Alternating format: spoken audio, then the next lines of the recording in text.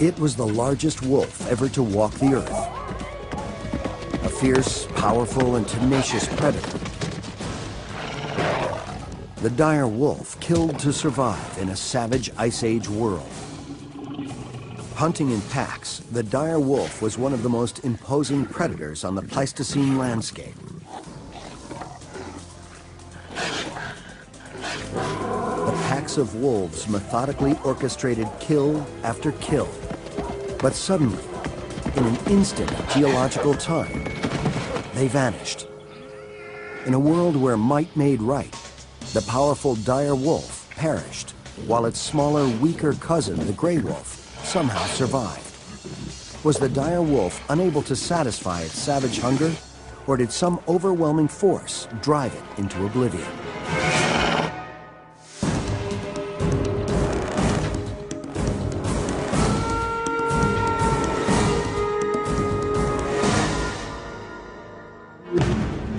Los Angeles, home to the dog-eat-dog world of Hollywood movers and shakers.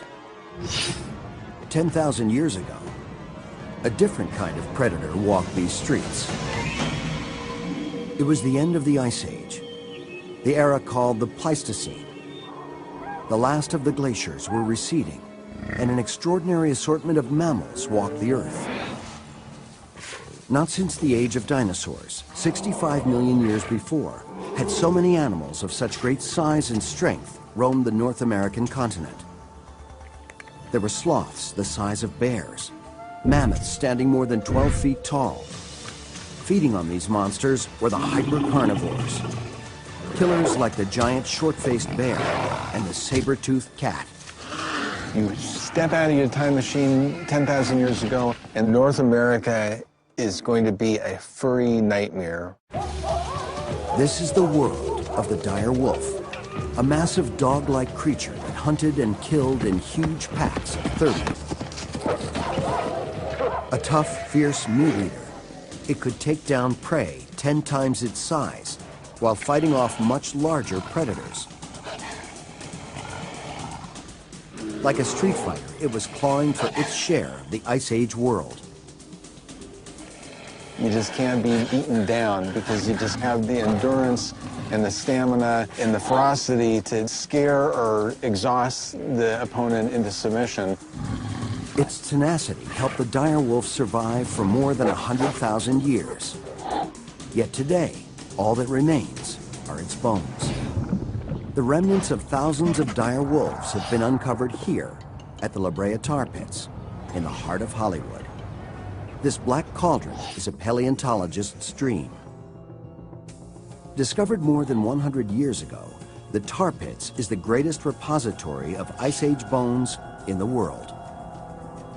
More than 1 million bones from 231 species of prehistoric animals have been unearthed. What makes this area so unique is naturally occurring asphalt. This black, syrupy material not only beautifully preserves the bones, it created one of the most deadly animal traps ever known.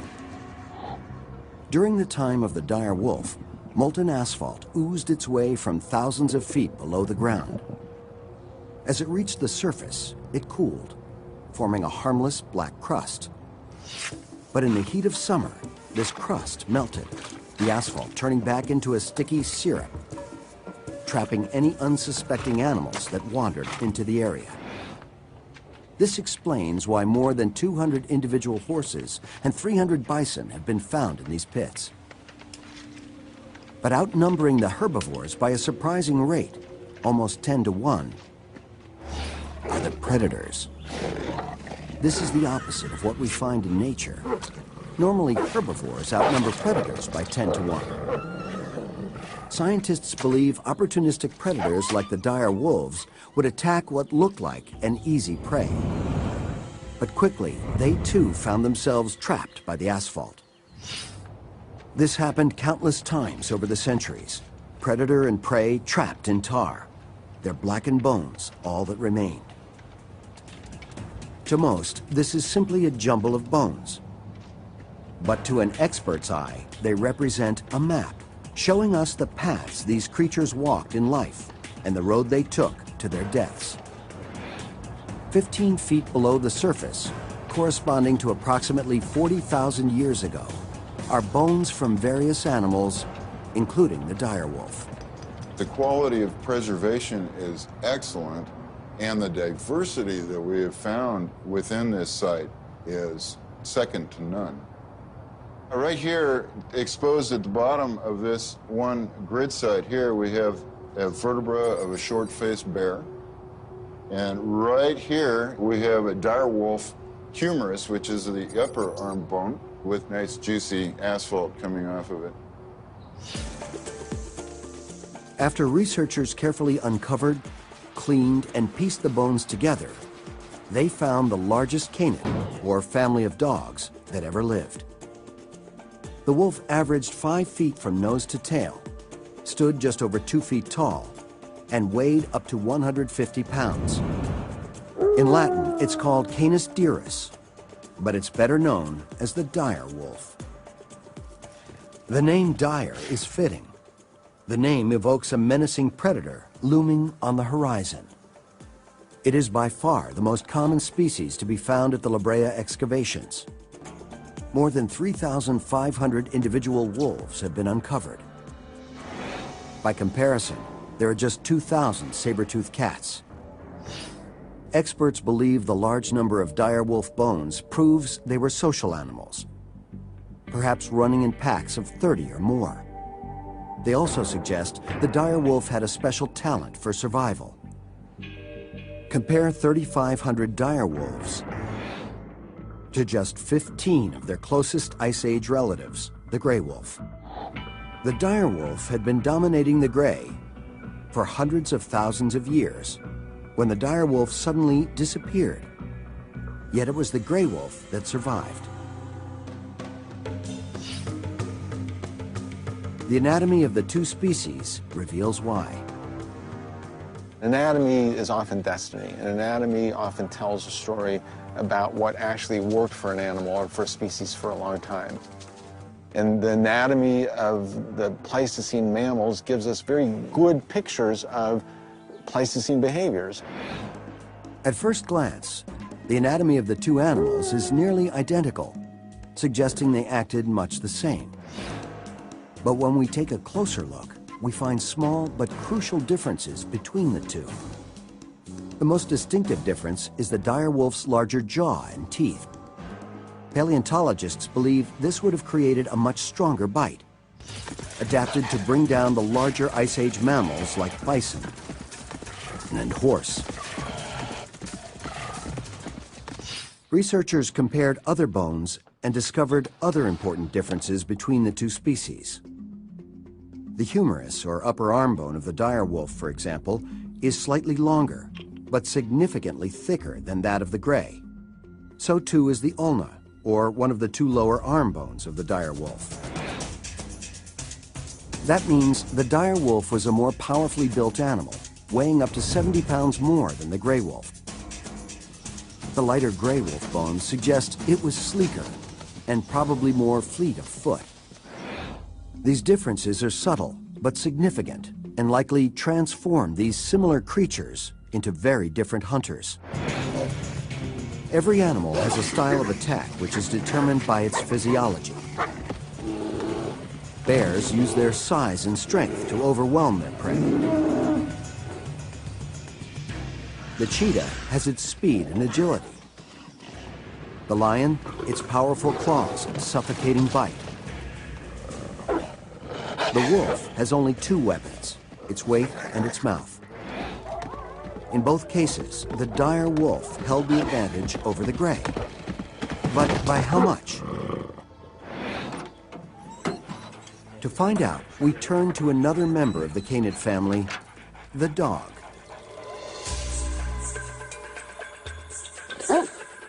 Joe Camp is an animal coordinator for film and television in Los Angeles. Lauren Williams and Brian Hill are professional dog trainers with 8 years of experience teaching dogs to guard against intruders and attack on command. Its powerful bite, together with its robust attack style, probably allowed the direwolf to bring down much larger prey. Larger, stronger, the direwolf was like a gray wolf on steroids. A super wolf adapted to take on the very largest Ice Age giants. Yet the dire wolf was soon to fade into oblivion, while the smaller, weaker gray wolf would survive. Something had learned to hunt the hunter. A top predator had a ruthless competitor. For more than 100,000 years, the direwolf thrived far and wide across the Western Hemisphere, from Alaska to Florida, down to parts of Latin America. Yet no direct descendant of the dire wolf survives today. During its time on Earth, it was competing with a cousin, the gray wolf.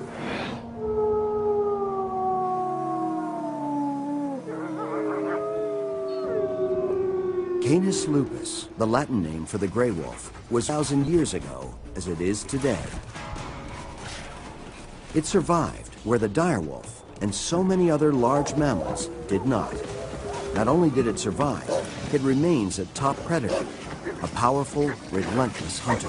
The physical attributes of gray wolves that allow them to be such effective hunters is their speed and their endurance, their persistence. I mean, they will not quit until they acquire that meal. Every one of these traits comes into play, as wolves often take on animals more than 4 times their size. Most grays weigh 70 to 100 pounds, while a bull elk, for example, can tip the scales at 600 pounds or more. What wolf hunting behavior is all about, the guiding principle, is to kill without being killed. Prey are dangerous and can kill wolves, and as a result, they have to be sensitive to the threat posed by the prey animal they encounter, and they assess that threat. With the risk of injury or death looming at each encounter, gray wolves take advantage of their social nature. Like their long-lost cousins, the dire wolves, the grays use sophisticated pack behaviors to take down their prey. There's 6 primary stages that they go through, starting from the time they set out to go searching for prey to the time they actually grab and kill the animal. And so it begins with searching or traveling. Let's just say they encounter a herd, then they'll begin to approach that herd. The wolves' greatest assets are their speed and endurance. As a pack, they can outlast almost any prey. So their best bet for a successful hunt is to get their prey running. The pack spreads out and approaches the group, waiting for the first of the herd to spook and make a run for it. Predictably, the rest of the herd will follow suit.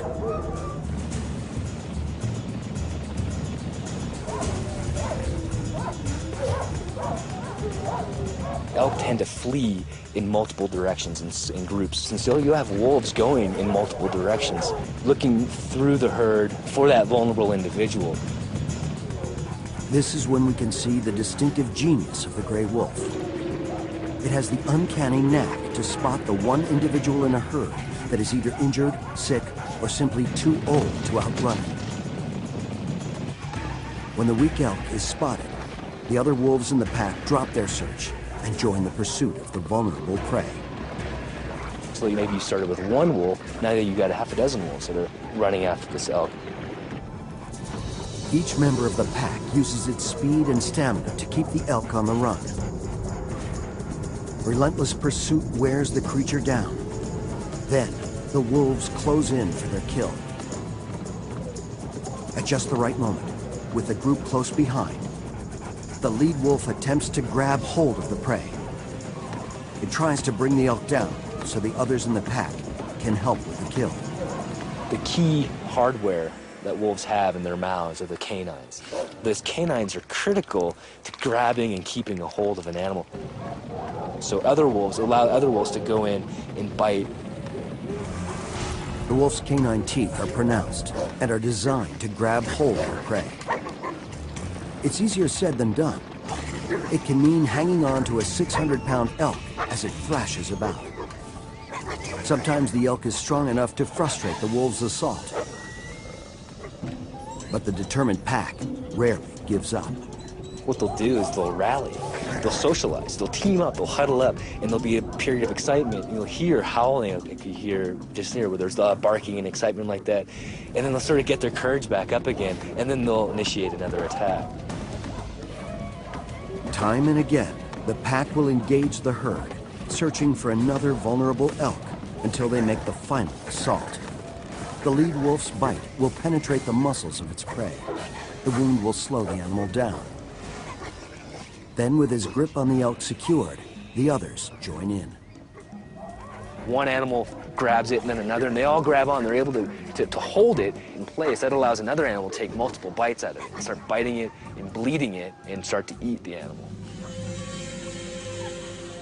Surprisingly, these highly skilled hunters have a dismal success rate, about 1 in 10, which means they are often on the hunt for their next meal. As for the dire wolf, its physical similarity to the gray wolf suggests it hunted and ate much like its cousin, with one big advantage.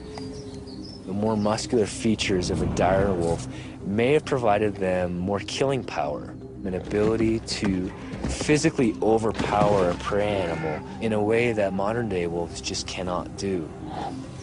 And in groups of 30 or more, their attack must have been much more menacing. I think there's nothing that's going to be more frightening to a prey species than to see well-organized, intelligent wolves in a large group moving at a high speed with a lot of endurance, coming straight after a target that's been specifically selected. Its powerful build and massive jaw and teeth indicate it feasted on the largest of prey, like the mammoth or bison. But it's hard to be certain, since the only evidence we have are bones. But recently, new techniques have been developed that can tell us what the dire wolf was eating some 12,000 years ago. It's called stable isotopic analysis and takes advantage of two quirks in nature. The first, due to the fact that most herbivores eat different diets of vegetation, and these different types of plants and environments have different isotopic signatures. These signatures are stored and can be detected in herbivore tissue, including bone. The second quirk is that when carnivores eat these prey animals, these signatures are transferred and trapped in the carnivore's bones.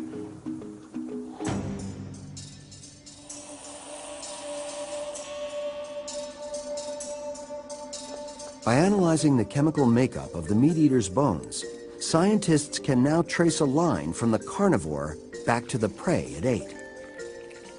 That's what researchers have done with hundreds of La Brea dire wolves. We see that they were eating small percentages, probably of things like sloths and mastodons.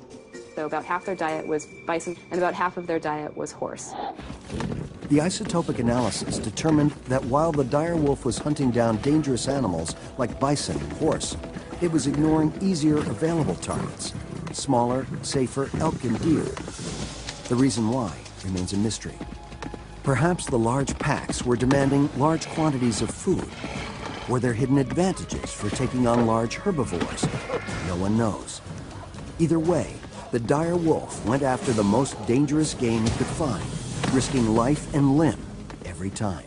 10,000 years ago, on the prehistoric continent of North America, dire wolves were constantly on the prowl. They put their lives at risk every time the pack began the hunt. Taking on large prey like horse would, sooner or later, bring injury or death to one of the pack. We see it today with the gray wolf, as it carries on the age-old struggle between predator and prey, like the bison. Bison are very formidable, very dangerous. And so in the wintertime, when there's deep snows, wolves can corner bison in areas where they are less effective at defending themselves. But even with a stranded bison, the wolves take special care. These encounters can last days, where they'll have a bull bison isolated on a patch of bare ground surrounded by snow on all sides, and that bison will basically fight to the end, and the wolves will just keep after it.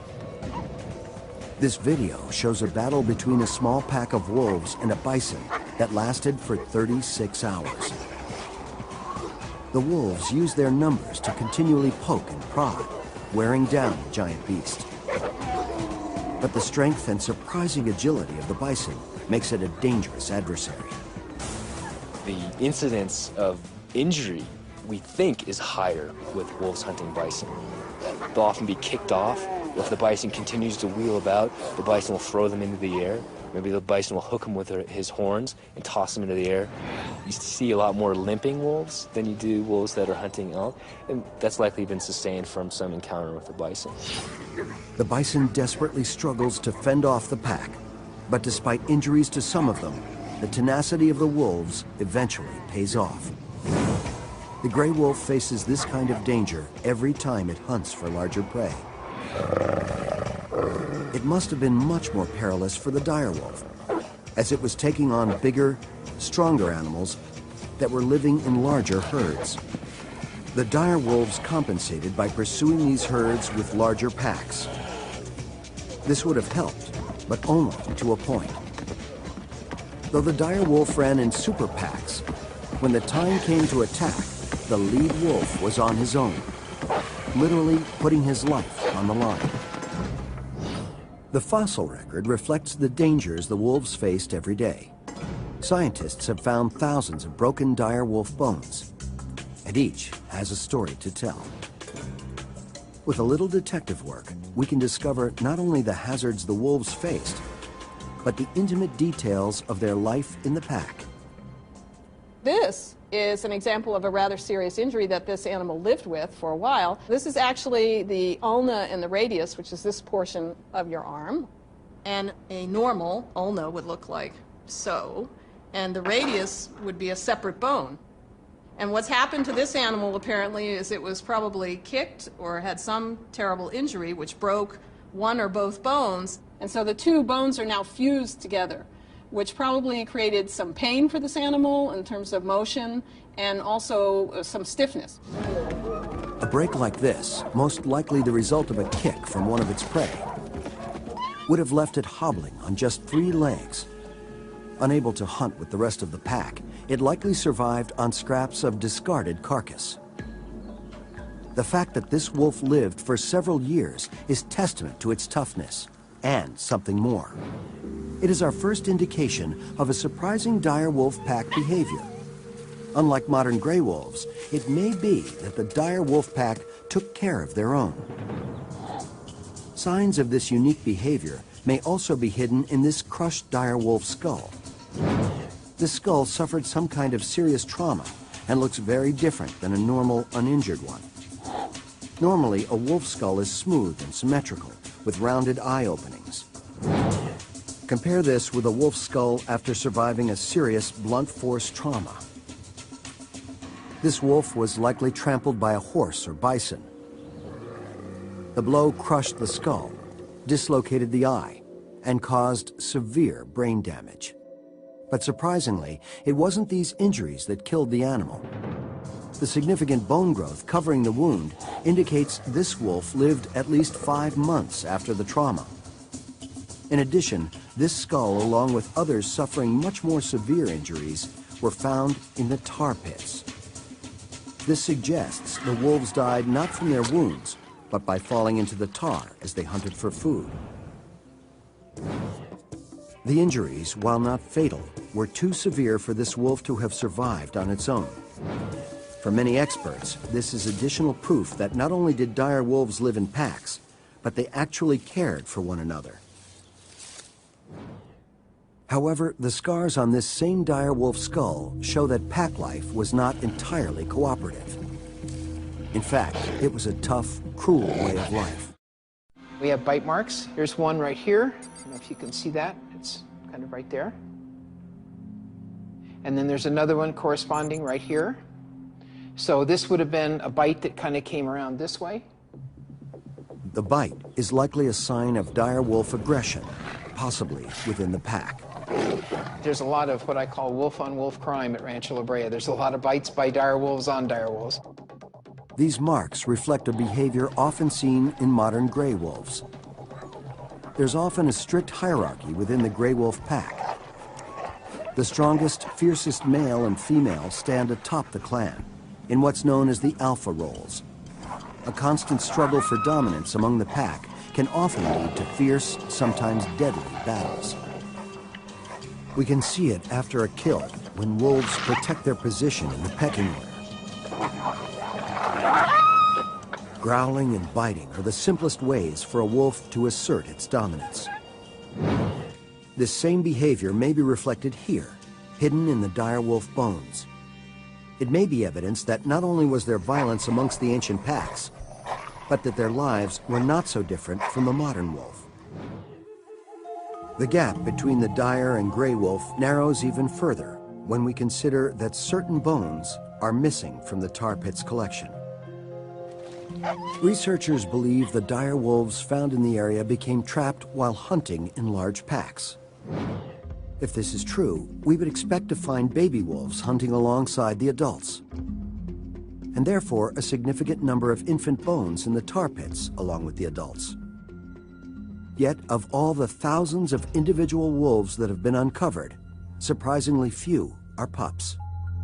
Researchers believe the lack of young dire wolf bones reflects the rendezvous behavior of the gray wolf. During the first 6 months of a gray wolf's life, it remains in a protected area known as a rendezvous site. The adults of the pack will bring food to the pup until he is old enough to fend for himself. I believe that the dire wolves were in fact rendezvousing their young, and that they were not showing up for scavenging or for hunting until they were at least 6 months old. This probably means the pack behavior of the dire wolf was closely related to the grays.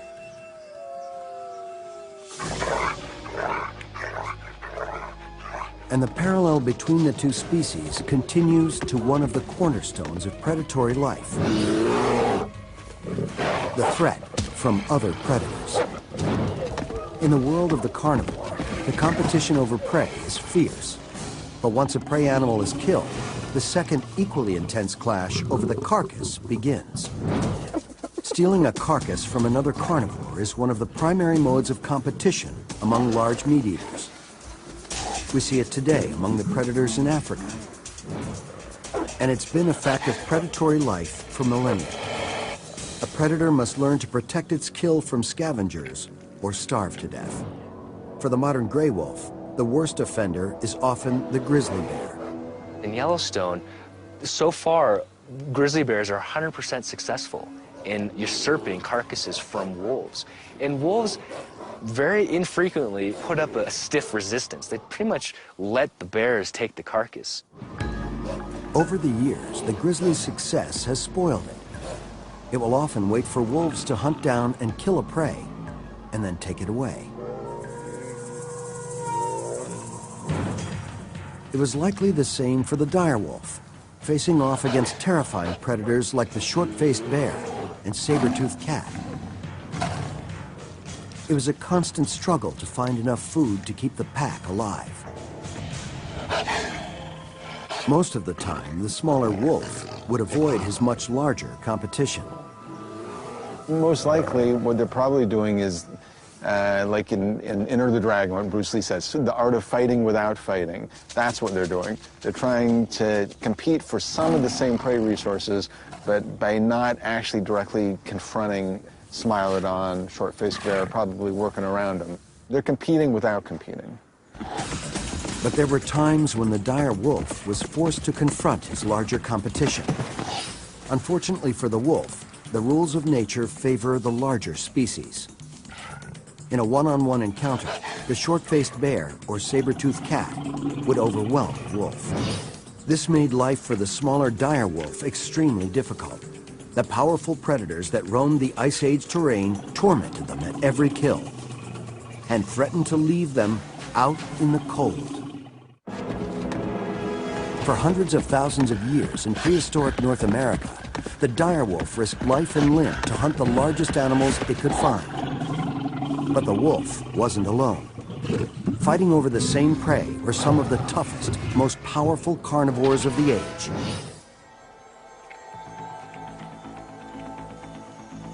The short-faced bear stood nearly 11 feet tall. One of the Ice Age's most intimidating carnivores, it likely took on even the largest of dire wolf packs. Despite the wolves' aggressive tactics, the bear would have been an almost impossible opponent to defeat. Luckily, the short-faced bear population was small, and encounters were probably rare. However, clashes over food and territory likely pitted the wolf against more common apex predators, like the saber-toothed cat. The saber-toothed cat was a formidable predator, weighing as much as 600 pounds or more. It was fast, strong, and its huge canine teeth made it a dangerous adversary. Individually, the dire wolf was no match against a saber-toothed cat. It would likely turn tail and run before taking it on. But as a member of a pack, it became a commanding presence and would have fought to protect its territory. With its superiority of numbers, the pack would have surrounded a solitary cat, constantly harassing it from all sides. They're most likely in concert in a very threatening type of posturing way. A single Smilodon can't be looking everywhere at once. And even though they're all smaller than you, the numbers and the proximity is probably going to suggest that there's some fights that are just not worth having. The cat would eventually break off the attack and search for a meal somewhere else. Time after time, the large pack size transformed the dire wolf from a vulnerable individual predator to a fearsome opponent. And the larger packs gave them another important but subtle advantage over their competition. They could devour their meal quickly. It was a key to surviving the perilous world of Ice Age carnivores. They had to worry about losing their carcasses, and it would benefit them to finish the carcass entirely and eat very rapidly. I think it was a major element, and I think it would have favored very large group size, and it's actually going to enhance the speed at which they can eat. Individually, each wolf used its massive jaw muscles and oversized front teeth to quickly pull off huge chunks of flesh. Its rear teeth were adapted for tearing, not chewing, so they simply swallowed the meal whole. It was kind of remarkable how little chewing went on. They just reach in, mainly with their incisors and the canine teeth, and pull out a hunk of muscle, and down the gullet it would go. Maybe one bite, and then down the gullet it would go. Wolfing down their food, the pack made short work of the kill. They turned a huge bison into bones in just minutes, before another predator could come along and take it away. This was just another of the crucial skills the dire wolf developed to survive among the Ice Age beasts. It became a sturdy, relentless hunter, with the size and strength to overwhelm massive prey like the bison. It learned to work in large packs, to fend off other apex predators. As a result, the dire wolf spread across the continent in large numbers, dominating other species like its cousin, the gray. Then why, after more than 100,000 years of success, did it suddenly disappear from the face of the earth? And how did its smaller cousin, the gray wolf, survive? The question has been hotly debated for decades. Extinction theory is a competitive sport among paleontologists, and the Ice Age in particular is like the Olympics of that competitive sport. The best-known theory focuses on severe climate change, blaming the glaciers that came and went across North America for more than 1 million years. During these periods of glaciation, experts suspect temperatures in Florida never reached higher than 40 degrees, and Southern California looked like the forests and grasslands of our modern Pacific Northwest. Then, about 18,000 years ago, the last of the glaciers receded. The dire wolves watched as their forested landscapes transformed into a moderate, drier climate. Yet unlike the 3 previous periods of glaciation, they were not adapting as well.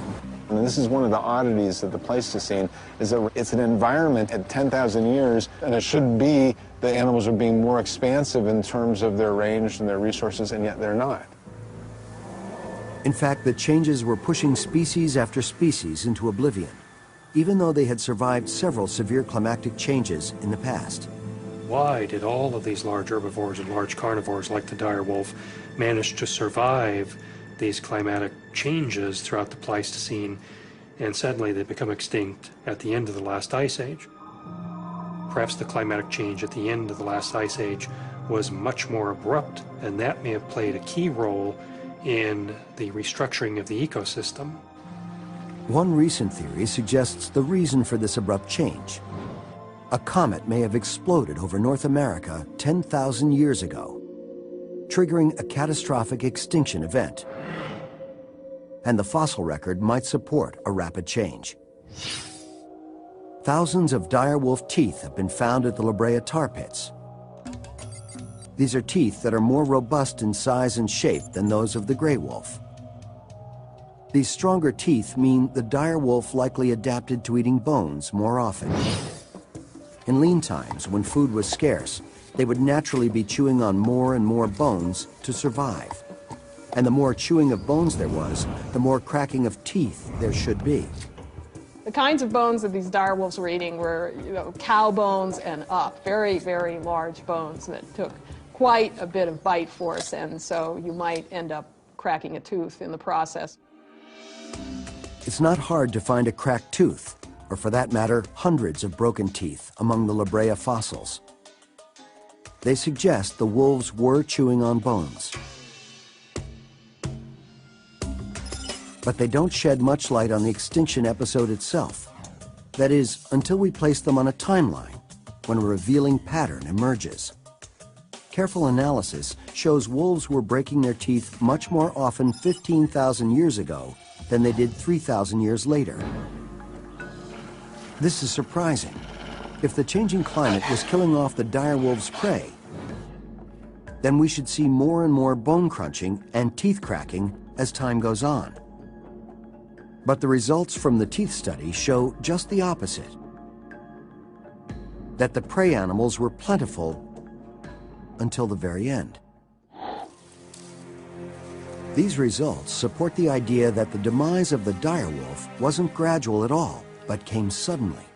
Recent evidence seems to suggest, based on dating of the last occurrence of these various extinct megafauna, that it did happen fairly quickly, and maybe in a matter of hundreds of years, maybe 1,000 years. 1,000 years is a short period of time for a catastrophic extinction to occur, and cannot be explained by climatic change alone. Something else likely contributed to the extinction. Was it a comet, or does the blame fall on man?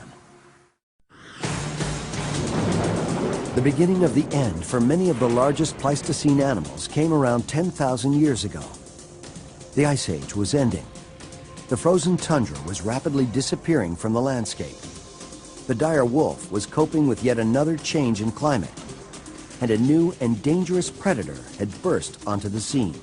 I think climatic change played the greatest role in the restructuring of the ecosystem at the end of the last ice age.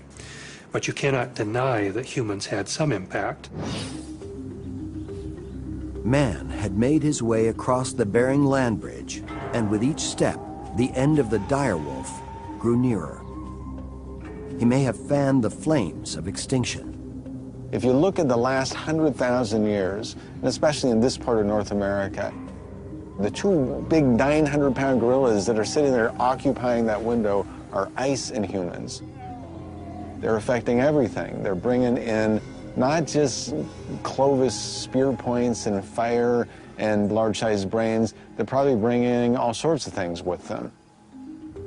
It's thought man began to excessively hunt and kill the large prey, decimating the food supply for the large hypercarnivore. But the damage may not have stopped there. A controversial new theory suggests man may have introduced deadly diseases into the environment. As humans encroach, and as they bring with them whatever it is they bring with them, they're probably bringing diseases, and most likely those types of infections or microorganisms are affecting everything they come in contact with. And I think that probably knocks out just most of the large species. It is possible that humans took a devastating toll on the large mammals. Add to that a dramatic change in climate, and an entire ecosystem could be forced to adapt. If it happened slowly, perhaps many of the large animals would have survived. But the ecological upheaval magnified the shortcomings of every living species. During those last years, the dire wolf was fighting off extinction. The fierce competition from the other large carnivores was getting worse as they clashed over the same diminishing prey. But his smaller cousin, the gray wolf, adapted to the situation.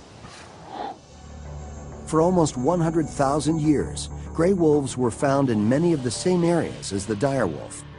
But these grays were found in much fewer numbers, around 1 to 10. The gray had the role of the underdog. It likely maintained its distance from the larger dire wolf packs and focused its attention on smaller prey. As a result, the gray wolf likely adapted into a more agile, versatile hunter. They're highly flexible in their behavior, and that's absolutely essential to their survival. And that largely explains why they've ranged so widely in terms of geographic distribution. The flexibility of the gray wolf can be seen today. They are able to hunt down the largest of prey, like the bison, as well as the smallest, such as rabbits and mice.